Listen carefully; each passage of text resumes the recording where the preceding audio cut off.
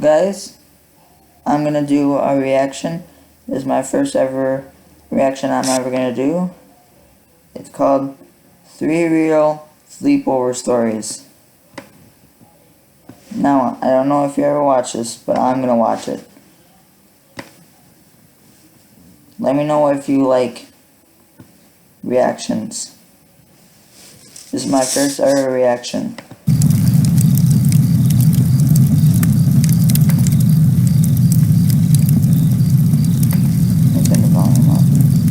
I am 14 and my friend is 15.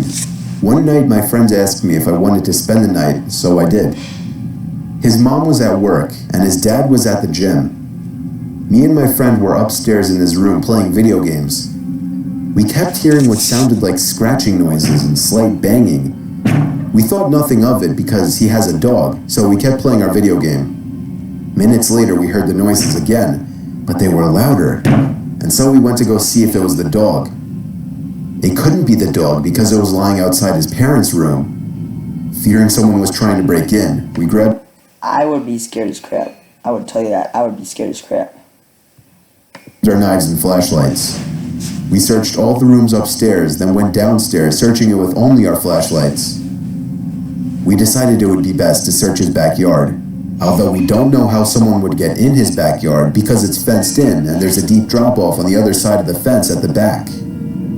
The search came up empty. I convinced my friend we should search the front of his house and make our way around his fence. We went around front and he went left and I went right. I got nothing, but if I went outside in the dark, I am kind of scared of the dark, to be honest. Because I'm scared of coyotes and all that. And with the banging, that would make me feel 2 times as weird. On the right, his fence connects to his neighbor's, so I went over to him to find him frozen with his light shined in the direction of the woods near the drop-off. I was weirded out and shined my light in the direction of his to find a guy dressed from head to toe in all black, frozen and staring at us. What the frick? At this moment, I yelled run, and we bolted inside the house and called 911. We waited, and minutes later 2 officers arrived to find nothing, and they told us to call them again if anything happens. Me and my friend were instructed by his parents to stay inside and downstairs in case anything happens, so we did. About an hour later, me and him were sitting downstairs on the couch, and he out of nowhere asked, "Did you see that?" "See what?" He then said, "The light. Someone shined a light through the window over the fence." About a second after he said that, I saw a beam of light shine through the window. So we called 911 once again, and the officer showed up minutes later and yet again found nothing. Me and my friend at this point were paranoid and waited until his dad showed up, and we took him outside to the backyard where we all heard footsteps. His dad convinced us that it was just a hunter, so we went to bed with no more problems. Unfortunately, it doesn't end there. My friend asked me about 2 weeks later if I wanted to spend the night again, and I did. Later that night, his parents were both still at work. We were joking around about what had happened with what we thought was the hunter, as his dog was outside doing its business. While we were talking, I peeked out the back door to check on his dog to find what looked to be someone peeking over the fence. So we immediately called his... That is creepy. If I saw someone creeping over my fence, I would get my BB gun, shoot straight in the head. Dog in and locked the door. We left it alone, and minutes later, as we were in his room, we heard noises. So I looked out his window to once again see what looked like a guy peeking over the fence. So we grabbed knives and flashlights once again and went in the backyard and shined the flashlight in the direction we thought we saw the person. The light illuminated the outline of a head at the area of the fence we thought we saw the guy. We ran inside and called 911 and they responded. Minutes later, they showed up and again found nothing and sat at the area outside the fence near the woods for 5 minutes in case something happened. Nothing happened, so they left, and they told us to call back if anything happened. We didn't tell his parents this time because we thought they wouldn't believe us. Me and my friend returned upstairs to his room, and about 2 hours later, we heard the loudest banging ever. It started from the downstairs on the left side and went to the front door. We freaked out. We grabbed a dog and barricaded ourselves in his parents' room and got his dad's gun out in case we needed it. We then called 911, and again the police showed up and found no one and no sign of anyone and left. That was the last time we ever had that problem, and it still has us scared to this day.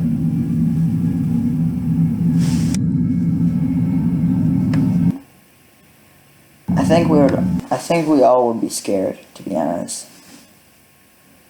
I mean, hearing someone bang, unless you know, it's just a regular schedule. You just like banging on your fence. I was 14 years old, hanging out with my friend Jesse, who was also 14. We were in the living room playing Call of Duty. His parents weren't home for the night, so we were being as... Is that how every scary story starts? Like, I'm just playing Call of Duty. Oh, I hear a big bang on my fence. Loud as we wanted. We were doing nothing but playing video games and eating junk food all night. And eventually, since his parents weren't home, he convinced me to just stay over for the night. So after Jesse went upstairs to go to the bathroom, I went downstairs to call my mom in private and tell her I would be staying over. By the time I got back upstairs, Jesse was back, and he just stared at me with a confused look on his face.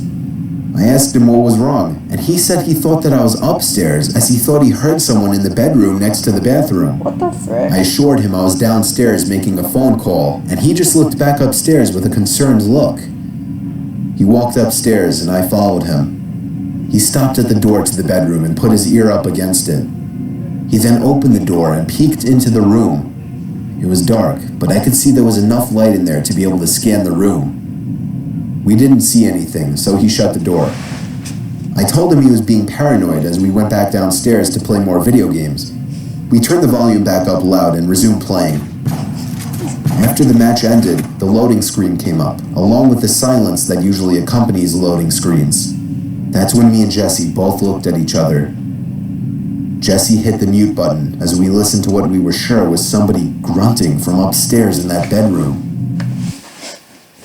Yeah. I'm just fapping in your room. Yeah. But soon after the silence from the television, there was silence from upstairs as well. Jesse whispered to me that someone is hiding up there. They must have stopped making the noise as soon as there was silence down here. Jesse whispered to me that we need to leave through the back door right now as it was much quieter than the front door. I agreed, and we headed outside to the back door. As soon as we were outside, Jesse got on the phone with the police as I looked up to the bedroom window. For some stupid reason, I turned on the flashlight on my phone and aimed it up to the window.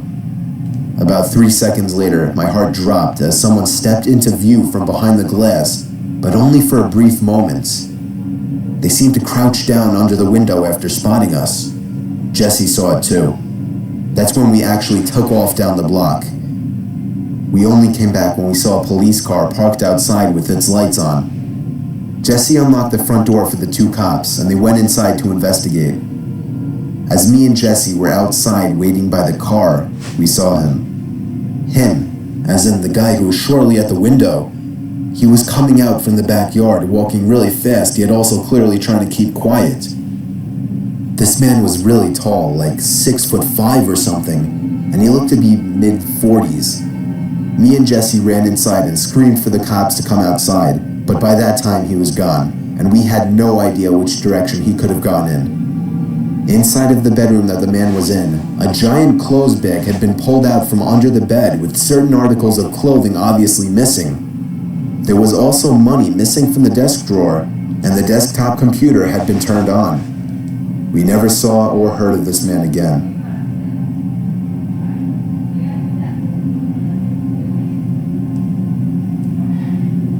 This took place in the summer of 2008 when I was 12 years old.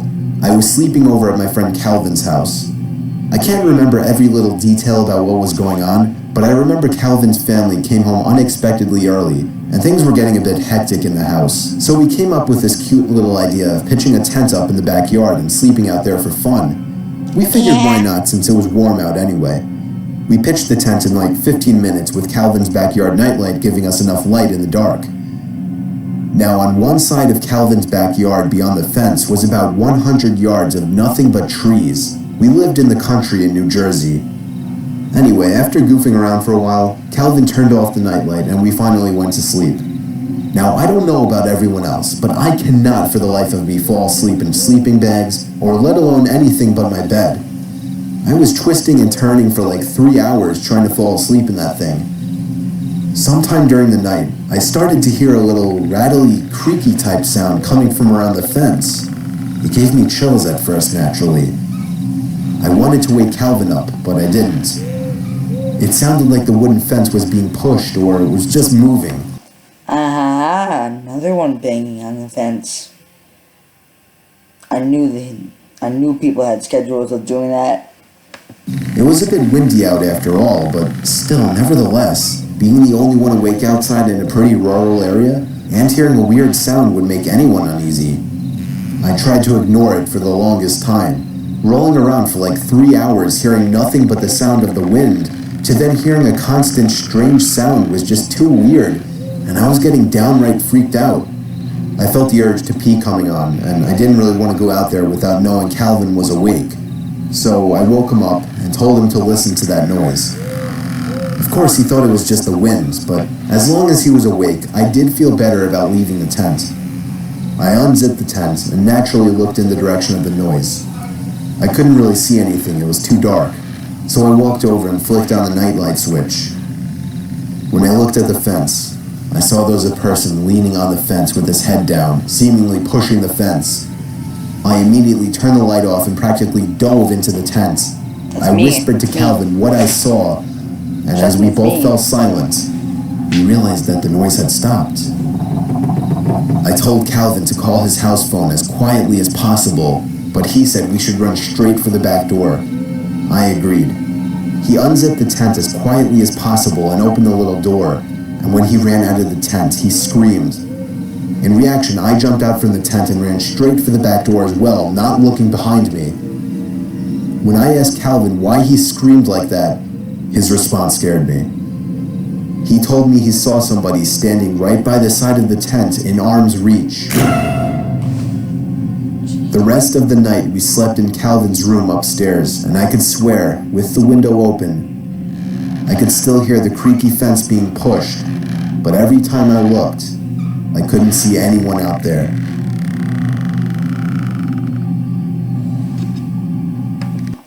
Guys, that was my reaction. Not really that scary. In real life, that would probably be really scary though. If you want to check it out, this is Mr. Nightmare's channel. He's a really good guy. Well, I hope you really enjoy this. If you like this video, make sure to subscribe because I don't have